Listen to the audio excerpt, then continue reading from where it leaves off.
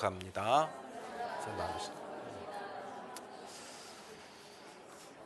예.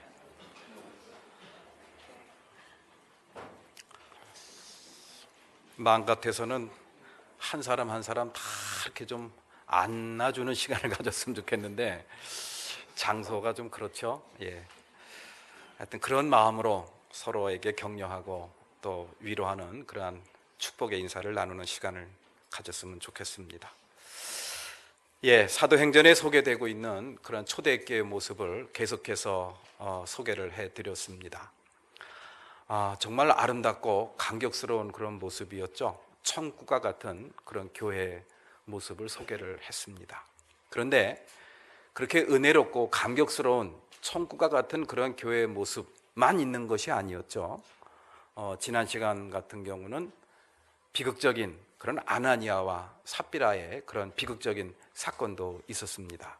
그리고 복음을 전하다가 붙들려 가가지고 투옥당하고 또 박해를 당하고 또 순교까지 당하는 그런 사건들도 있었습니다. 그런데 중요한 것은 그러한 비극적인 사건과 그러한 외부적인 박해, 이런 것들이 교회를 무너뜨리지를 못했습니다. 그런 것들이 자칫 잘못하면 큰 비극적인 사건으로 사람들에게 시험을 줄 수도 있는 그런 내용들이었지만은 전혀 그렇지 않았어요. 외부의 박해가 심해지면 심해질수록 사람들은 오히려 그 박해를 기뻐했다고 했습니다. 그리고 아나니아와 삽비라와 같은 정말 큰 시험거리가 될 만한 그런 사건이었지만은 오히려 그 사건을 통해서 교회가 더욱더 거룩해지고 교회가 교회다워지는 그러한 놀라운 역사가 나타났다는 것을 우리는 함께 생각해 봤습니다. 이제 오늘 말씀도 이제 교회의 또 하나의 시험거리가 또 저희들한테 소개를 해주고 있습니다. 그게 어떤 시험거리냐? 바로 그리스 말을 하는 그러한 유대인들과 그리고 히브리 말을 하는 유대인들 사이에 분쟁이 일어난 겁니다. 여러분들 뭐 요즘에 교회에서 그러한 가끔의 갈등이나 분쟁 같은 거는 거의 뭐 다반사 일상화되고 있지 않습니까? 뭐 솔직히 얘기하면 그렇습니다. 그래서 제가 아주 목회자가 제일 곤혹스럽고 힘든 일 가운데 하나가 연말에 속회를 구성하는 일이 정말 힘이 듭니다. 이게 왜 그러느냐? 이제 다 마음에 그런 갈등이 있는 거예요. 불편함이 있고 편함이 있고 그런 것들이 사람들에 따라서 구분되어지는 그러한 모습들을 이건 정말 우리가 영원히 풀어야 될 숙제구나라는 그런 생각을 합니다. 초대교회 그런 일이 발생을 한 겁니다. 그리스 말을 하는 그런 유대인들이 불평과 원망을 한 겁니다. 왜 그랬느냐? 바로 자기들한테 소홀히 했다라는 그런 이야기. 그러니까 그리스 말을 하는 유대인들은 어떤 사람들이냐? 다른 외국에서 오랫동안 살다가 다시 예루살렘으로 이사 온 사람들이에요. 그리고 히브리 말을 하는 유대인들은 어떤 사람들이냐? 바로 거기에서 터 잡고 살았던 그러한 본토배기들입니다. 그러니까는 좀 이렇게 우리가 그런 말들을 많이 하죠.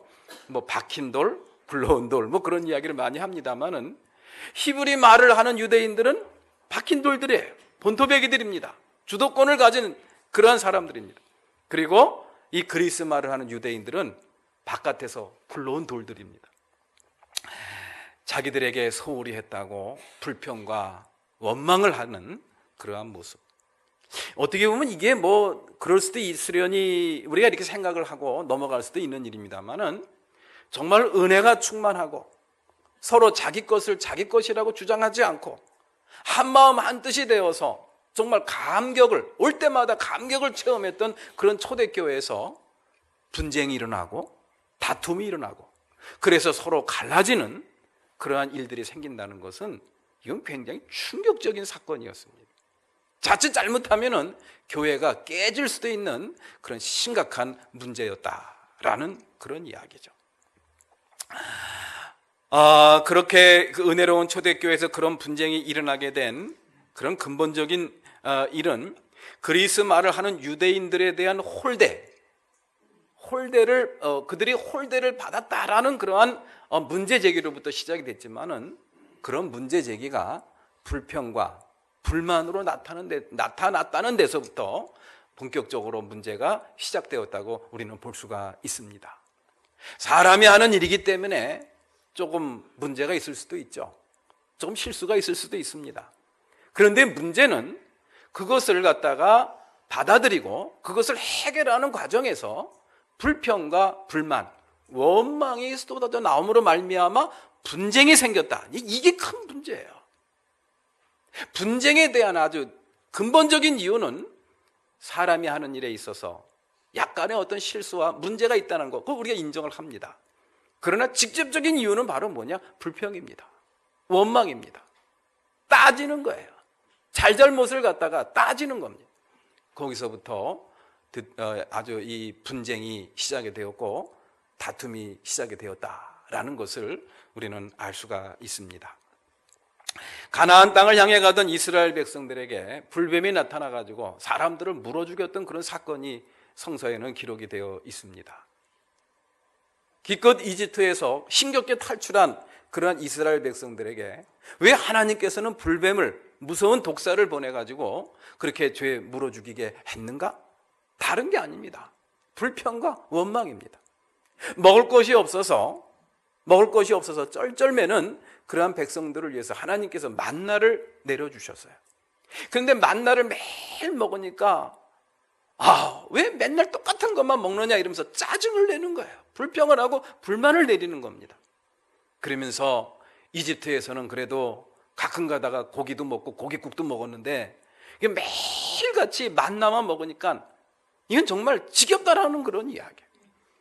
그래서 하나님께서 불뱀을 내려주셔서 그들의 잘못을 지적하고 또 고치게 해는 그러한 모습을 우리는 볼 수가 있습니다.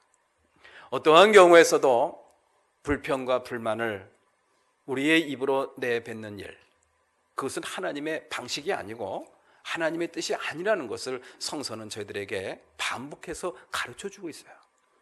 그래서 우리가 신앙생활을 하다가 마음속에 불평이나 불만이 생기면은 여러분들 성찰해야 됩니다.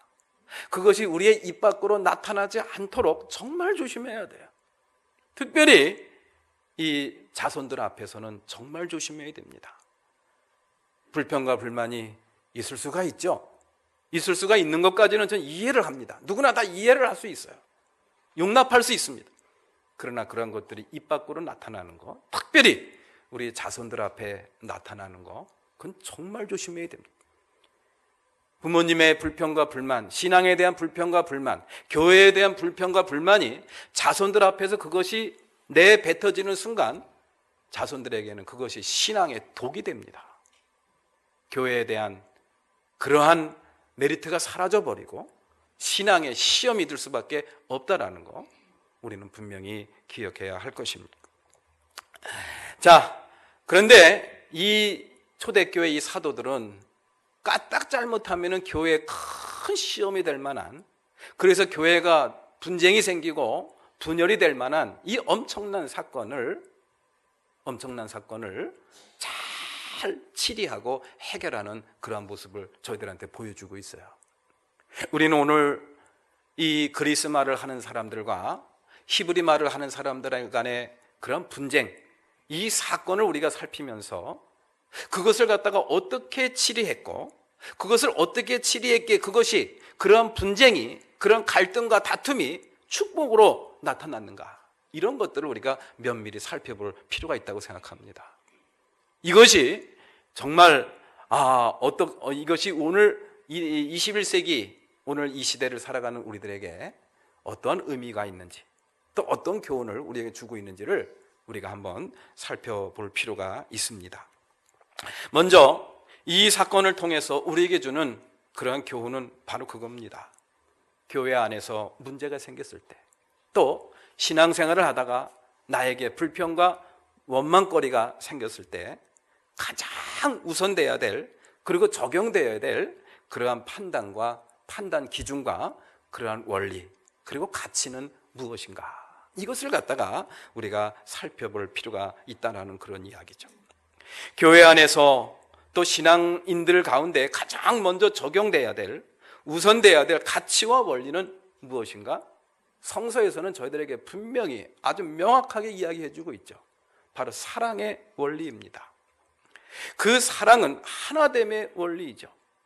그 사랑, 믿음으로 사는 사람들은 사랑의 원리가 모든 삶의 영역에 적용돼야 되고, 그 사랑의 원리는 우리를 갖다가 하나로 만드는 그러한 역할을 한다는 것을 볼 수가 있습니다. 왜?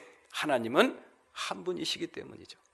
하나님은 한 분이기 때문에 하나님 안에 거하고 믿음 안에 거하고 그분 안에서 사랑이라는 그런 원리를 작동시켜 나가는 삶을 살아가는 사람들은 그 누구하고도 하나가 될 수가 있어요. 한 몸이 될 수가 있고 한 뜻이 될 수가 있다라는 그런 이야기예요. 요한일서 4장 7절 말씀에서는 저희들한테 이렇게 가르쳐주고 있습니다. 사랑하는 여러분, 서로 사랑합시다. 사랑은 하나님에게서 난 것입니다. 사랑하는 사람은 다 하나님에게서 났고 하나님을 압니다. 하나님을 알고 하나님을 믿고 하나님을 의지하며 살아가는 사람들의 삶의 양식, 삶 속에 적용되는 또 작동되는 모든 원리는 사랑이에요. 이것은 영원히 변하지 않는 그러한 원리라고 생각을 합니다. 왜? 하나님은 사랑이기 때문에. 그 사랑의 결과는 우리를 한 마음 한 뜻으로 만들어냅니다. 그래서 하나로 만들어줍니다. 그것이 바로 신앙 공동체에서 가장 우선돼야 될 그러한 가치요, 그러한 원리라는 그런 이야기예요.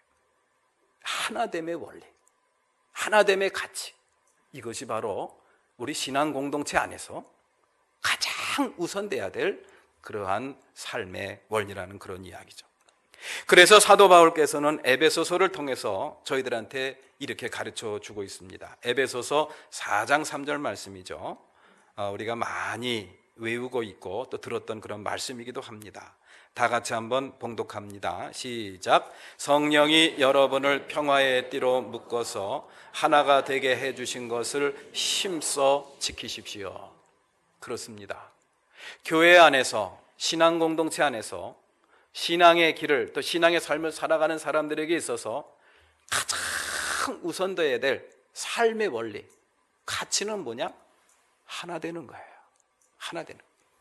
그 하나 되는 것을 갖다가 부정하고 그것을 갖다가 분열시키고 그래서 분쟁을 만들어내는 그런 것이 있다고 한다면은, 그래서 우리는 단연코 그걸 거부해야 됩니다. 그것이 정말 올바른 일이고 그것이 반듯한 일이라고 할지라도 우리는 그것을 거부해야 된다라는 그런 이야기예요. 이것이 바로 오늘 본문 말씀 또 성서가 우리에게 제시하고 있는 그런 삶의 원리입니다. 하나됨의 원리.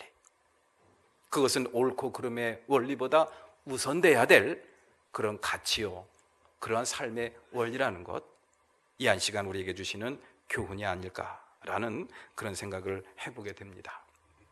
하나됨의 원리에 가장 위협을 주고 있는 그런 원리는 바로 옳고 그름의 원리죠.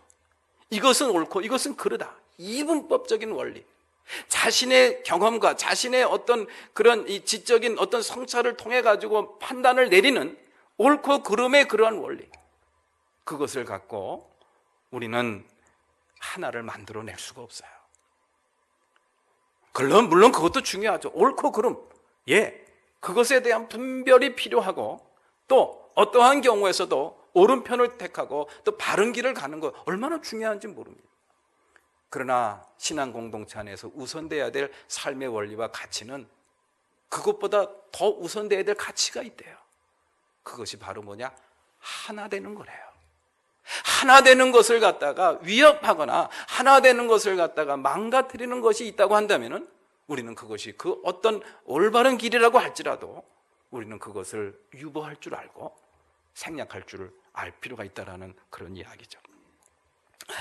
그렇기 때문에 우리는 항상 옳은 것, 바른 것, 매우 소중한 가치로 우리가 간직할 필요가 있습니다만은, 그러나 하나됨의 원리, 이것이 바로 성서가 우리에게 제시하는 그런 가장 우선돼야 될 원리라는 것을 우리는 마음속에 품고 우리 신앙 공동체 안에서 이 원리를 적용시켜 나가고 작동시켜 나가야 될 줄로 믿습니다.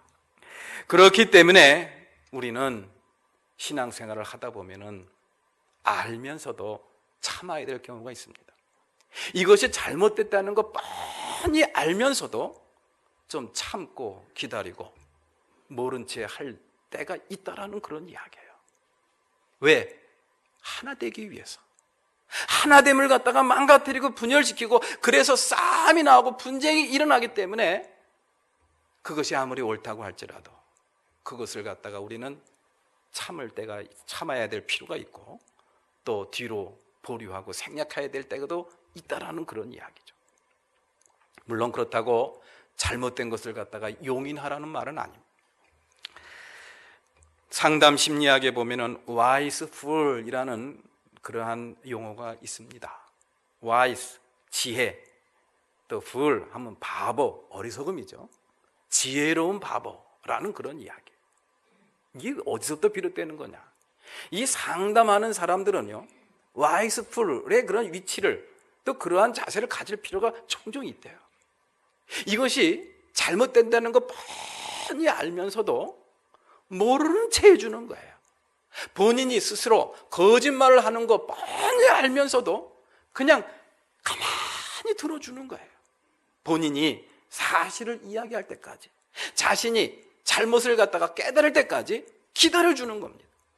이게 바로 wise fool이라는 그러한 상담 심리학 용어에 담긴 의미입니다. 신앙생활을 하다 보면은 그럴 때가 있죠.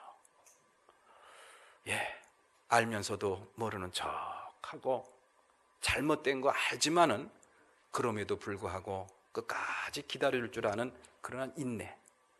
이것이 바로 우리가 하나됨의 원리를 적용시켜 나가고 작동시켜 나가는 그런 사람들의 자세라고 생각을 합니다. 어떤 마을에 똑똑한 사람하고 고집센 사람이 살고 있었대요. 근데 하루는 둘이 만나가지고 싸움이 벌어졌습니다. 뭘 갖고 싸웠냐 하면은 4,7은 뭡니까? 28이죠. 4,7은 28인데 이 고집센 사람이 4,7은 27이라고 그렇게 우기는 거예요. 이 똑똑한 사람 그게 아니라니까. 4가 7개가 있으면 4,7은 28이야. 아니라니까. 27이라니까. 고집센 사람은 양보하지 않습니다. 이겨낼 재간이 없어요. 그게 도저히 안 되겠으니까 둘이 의논해가지고 고을 원님한테 가서 판단을 해달라고 부탁을 했습니다. 원님한테 가가지고 이런 일 때문에 왔습니다. 이 친구는 4,7은 27이라고 그러고 4,7은 28이 분명히 맞는데 이 고집센 이 친구는 계속해서 4,7은 27이라고 우겨댑니다. 원님 어떤 게 맞습니까? 잘못한 사람에게 벌을 내려주십시오. 이랬더니 고을 원님이 가만히 생각하고 있다가 이렇게 판단을 내렸대요. 4,7은 27이라고 우기는 저 고집센 놈은 풀어주고 4,7은 28이라고 이야기한 똑똑한 놈은 곤장을 10대나 쳐라 그랬대요. 근데 황당하잖아요. 아니 원님 제가 뭘 잘못했습니까? 4,7은 28이 맞는 거 원님도 알지 않습니까? 그랬더니 원님이 하시는 말씀이 4,7은 28이 맞다. 그런데 4,7은 27이라고 우기는 사람하고 쌈박질하는 네가 더 어리석다. 그러면서 그 어리석음을 깨우쳐주기 위해서 내가 너한테 곤장형을 내린다. 여러분들 이것이 우리에게 주는 의미가 뭡니까? 이것이 우리에게 주는 의미가 뭐예요? 우리가 신앙생활을 하다 보면 그럴 때가 참 많아요. 그래, 내 생각과 내 주장이 맞아. 그렇지만 하나됨을 위해서 그래 좀 참자. 그게 바로 사랑의 원리고 그것이 바로 하나됨의 원리입니다. 그것이 우리 교회에서 작동돼야 될 그런 하나됨의 원리예요. 그것이 작동되기 때문에 교회다워지는 겁니다. 내 주장을 절대로 굽히지 않겠다. 목사님, 내가 뭐 못할 말 했습니까? 이런 식으로 나오면은 깨지는 거예요. 맞습니다. 그 사람은 아주 지혜롭고 아주 똑똑하고 아주 합리적이고 논리적이에요. 근데 깨진다니까요. 예, 오늘 본문 말씀에 나타난 초대교회 분쟁에 대한 사도들의 치리 방식이 그랬습니다. 바로 하나됨의 원리가 그대로 작동되는 그러한 모습을 저희들한테 보여주고 있어요. 사도들은 나름대로 열심히 했어요. 외부에서 온 사람, 그리스 말을 하는, 그래서 그리스 문화와 또 그리스 말을 하고 또 그리스의 어떤 생각 꽉 차 있는 그런 외부에서 들어온 사람들, 너희들은 굴러온 돌이니까 좀 소홀히 하고, 또 여기에 있는 박힌 돌들은 그냥 뭐 아주 주도권을 가진 사람들이니까 뭐 잘해주고 그랬을까요? 저는 그렇게 생각하지 않습니다. 아마도 아주 미세한 그러한 좀 행정착오가 있었거나, 아니면은 바깥에서 들어온 사람들이 상대적인 박탈감 때문에 똑같이 하더라도 뭐 순서가 조금 바뀌면은 그래, 나는 밖에서 왔다고 나 무시하는 거야, 이런 식으로 할 수도 있는 거예요. 그런 것 때문에 우리를 소홀히 여겼다고 문제 제기를 하고 불평을 하고 불만을 하고, 그래서 두 계파가 갈라져 가지고 쌈박질을 하는 그러한 상황 속에서 이 사도들이 취했던 방식이 뭔가? 헌신하는 사람들에 대한 원망과 문제 제기가 종종 있죠. 앞에서 헌신하는 사람들은 눈에 잘 띕니다. 그렇기 때문에 흠결도 잘 보입니다. 근데 사람들은 잘하는 것보다 잘못한 것을 더 잘 봅니다. 그래서 흠을 잡고 수군거리고 뒤에 가서 불평하고 원망하고 그럴 때가 종종 있어요. 그러니까 앞에서 헌신하는 사람들은 각오를 해야 됩니다. 그거 갖고 일희일비하면 일을 할 수가 없어요. 그러려니 하고 이해를 해야 됩니다. 그렇게 앞에서 헌신하는 사람들에게 문제 제기를 하고 불평 불만을 하고 짜증을 낼 때 이 헌신하는 사람들이 아주 상식적으로 느낄 수 있는 그런 감정이 뭘까요? 그게 뭘까요? 서운함이죠. 내가 이렇게 열심히 정말 치밀하게 계획을 세워가지고 이렇게 잘 분배를 했는데 나보러 어쩌라고, 그러면서 막 그냥 서운한 거예요. 그 서운한 감정은 서운한 감정으로 풀고 그걸로 끝내야 됩니다. 그것을 풀지 못하고 계속 마음속에 앙금으로 남아있으면 어디까지 나갑니까? 아유, 이까진 건데 이런 소리 들으면서 내가 이딴 걸 뭐로 해, 다 관두지 뭐. 나가버리는 거예요. 안 나와버리는 거예요. 손을 놔버리는 겁니다.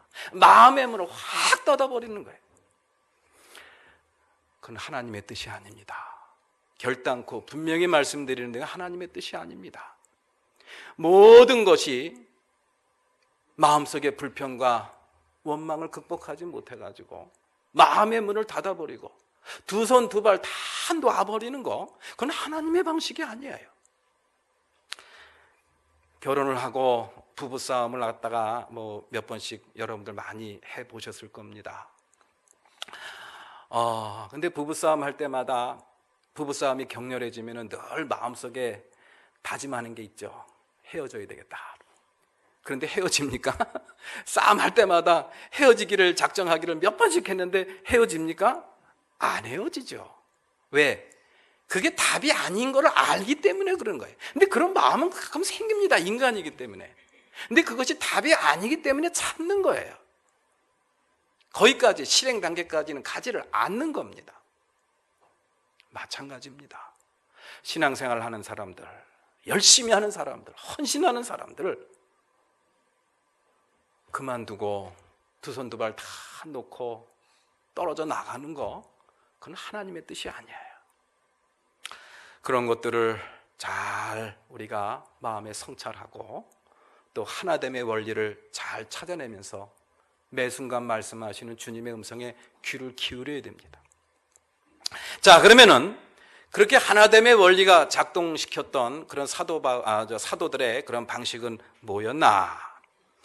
그 말을 들은 사도들은 자신들의 부족함에 대한 성찰로 이어지는 것을 볼 수가 있어요. 이게 바로 하나님의 방식입니다. 그리고 이게 바로 성령의 음성이고 역사입니다. 오늘 본문 말씀 2절 말씀을 보시죠. 우리가 하나님의 말씀을 전하는 일은 제쳐놓고서 음식 베푸는 일에 힘쓰는 것은 좋지 못합니다. 사도들이 하는 일에 대해서 이러쿵저러쿵 불평하고 원망하고 그리고 짜증을 부렸던 그런 그리스 말을 하는 유대인들과 그리고 히브리 말을 하는 유대인들 사이에서 이 사도들이 취한 행동은 자신에 대한 성찰이었어요. 자신에 대한 성찰. 그렇습니다. 우리가 신앙생활을 하다가 또 신앙 공동체 안에서 무슨 문제를 우리가 닥치게 되면은 우린 제일 먼저 자기 자신을 성찰을 할 필요가 있습니다. 그것이 바로 하나님의 방식이고 그것이 바로 성령의 역사입니다. 그래서 사도들은 어떻게 했습니까? 자신들을 성찰하면서 7명의 일꾼들을 세웁니다. 신실한 일꾼들을 세우는데 그 신실한 일꾼들 7명이 다 어떤 사람들이냐? 그리스 말을 하는 일꾼들을 세웠어요. 여기 7명의 일꾼들의 이름을 보면요, 다 그리스식 그러한 이름들입니다. 이게 무슨 의미입니까? 모두 그리스식 이름을 가진 사람들로 그런 주도권을 가진 히브리파 사람들의 행위를 판단하고 구별하여 옳고 그름에 대한 판단을 하지 않았습니다. 너희들이 하는 불평과 불만, 그것은 뭐가 잘못됐고 뭐가 그르고 뭐가 옳고 이런 거 판단하지 않았어요. 대신에 일꾼들을 세워가지고 자신들을 성찰하며 새롭게 일을 모색하는 그러한 모습을 우리는 볼 수가 있습니다. 이게 무슨 원리이고 이게 무슨 원칙인가? 세상과는 다른 그런 원리와 다른 방침, 다른 원칙이 이러한 모습 속에서 우리는 볼 수가 있죠. 그렇습니다. 교회에서는 자신이 옳다는 것을 말하는 곳이 아닙니다. 주님이 무엇을 원하시는지를 말하는 곳, 그것이 바로 교회입니다. 교회에서는 자신이 옳다는 것을 말하는 곳이 아니에요. 누가 옳은 것을 이야기하는 거예요? 주님이 옳다는 것을 이야기하는 곳, 그것이 바로 교회라는 것을 우리는 이 말씀을 통해서 우리가 마음에 새겼으면 좋겠습니다.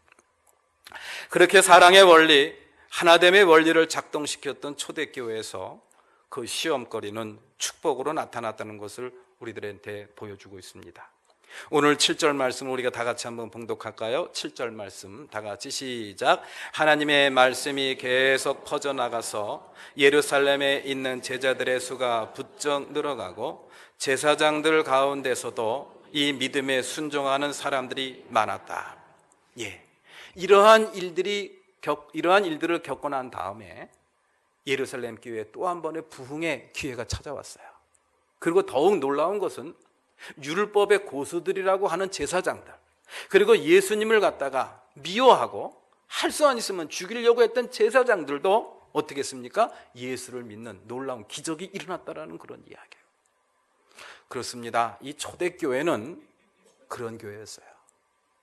시험이 들어가지고 교회가 분쟁이 생기고 다툼이 일어나고 그래서 분열되고 쪼개어지고 망가질 수 있는 그런 여러 가지 시험거리들도 있었지만은 이 초대교회는 그 시험거리를 뭘로 만들었습니까? 축복의 기회로 만들었구나.